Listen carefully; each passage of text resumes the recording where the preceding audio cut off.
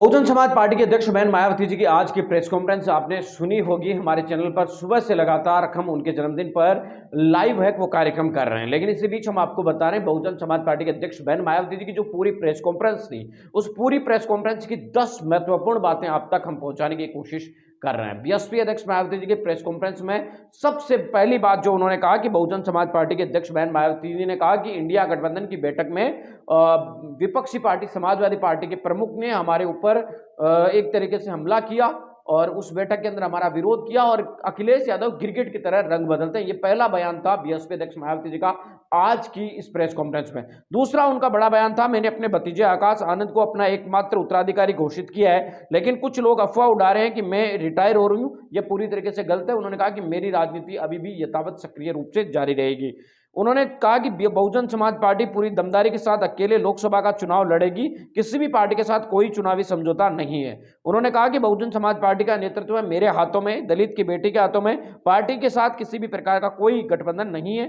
उन्होंने कहा, पांचवा ये कहा कि बीएसपी जब भी गठबंधन करती है तो सहयोगियों को फायदा होता है, बहुजन समाज पार्टी को कोई फायदा नहीं होता है। ऐसे में हम अकेले चुनाव लड़ते हैं तो ज्यादा फायदे में रहेंगे, इसलिए हम अकेले चुनाव लड़ेंगे, किसी भी पार्टी के साथ कोई चुनावी समझौता नहीं होगा।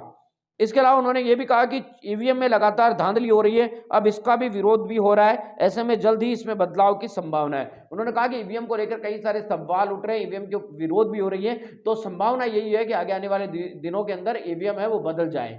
देखना दिलचस्प होगा कि बीएसपी अध्यक्ष मायावती जी की ये जो रणनीति है वो कहां तक कारगर होती है।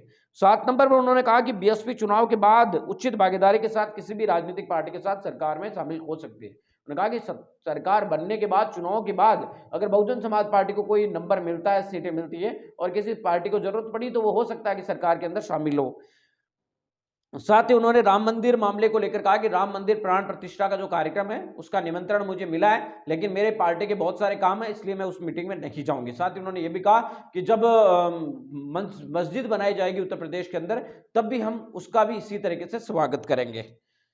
और उन्होंने कहा कि कार्यक्रम में जाने का मेरा कोई फैसला नहीं है और ना ही हम इसका विरोध करते हैं। उन्होंने कहा कि मस्जिद जब बनेगी तो हम उसका भी इसी तरीके से स्वागत करेंगे। तो यानी कि आज की जो प्रेस कॉन्फ्रेंस थी उसकी महत्वपूर्ण बातें यही थी कि बीएसपी अध्यक्ष मायावती जी ने आकाश आनंद को लेकर जो लगातार लोगों के बीच चल रही थी चर्चा, उसी बीच वो भी आज उन्होंने सार्वजनिक कर दी कि भाई आकाश आनंद ही मेरे एकमात्र उत्तराधिकारी होंगे, लेकिन मैं अभी राजनीति से है वो रिटायरमेंट नहीं ले रही हूं। बहुजन समाज पार्टी के अध्यक्ष बहन मायावती जी की तरफ से यह ऐलान कर दिया गया। लोकसभा चुनाव 2024 भी अकेले लड़ने का फैसला लिया गया। इन पूरे घटनाक्रमों पर आपकी प्रतिक्रिया क्या है, कमेंट करके जरूर बताएं।